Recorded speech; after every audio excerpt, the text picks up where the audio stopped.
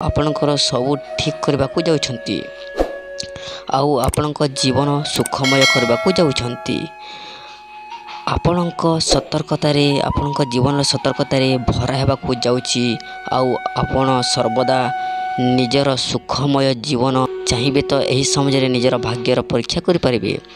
ମଙ୍ଗଳ ଆପଣଙ୍କ ଭାଗ୍ୟର ଚମକ ସର୍ବଦା ଠିକ୍ ରଖିବେ। ତେବେ ବନ୍ଧୁଗଣ, ଆସନ୍ତୁ ଜାଣିବା ଏହି ରାଶିମାନଙ୍କ ଉପରେ ନିଜର କୃପା ବର୍ଷଣ କରିବାକୁ ଯାଉଛନ୍ତି, ଯାହାକି ସେମାନଙ୍କ ପାଇଁ ବହୁତ ଶୁଭଦାୟକ ହେବାକୁ ଯାଉଛି।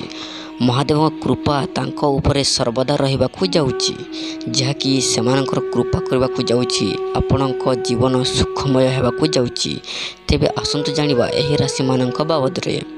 ତ ବନ୍ଧୁଗଣ, ମନେ ରଖନ୍ତୁ, ମେଷ ରାଶିର ଲୋକଙ୍କୁ ଏହି ଅଦ୍ଭୁତ ମହାସଂଯୋଗ ଆହିତ ମହାଦେବଙ୍କର କୃପା ପ୍ରାପ୍ତି ହେବ, ଯାହାଦ୍ୱାରା କି ଆପଣଙ୍କ ଜୀବନ ସୁଖମୟ ହୋଇଯିବ।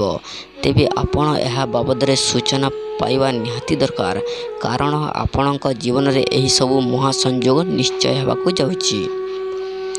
ବନ୍ଧୁଗଣ, ମନେ ରଖନ୍ତୁ, କନ୍ୟା ରାଶିର ଲୋକମାନଙ୍କୁ ଏହି ଅଦ୍ଭୁତ ମହାସଂଯୋଗ କାରଣରୁ ମହାଦେବଙ୍କର କୃପା ପ୍ରାପ୍ତି ହେବା ସହ ତାଙ୍କର ଜୀବନ ସୁଖମୟ ହୋଇଯିବ।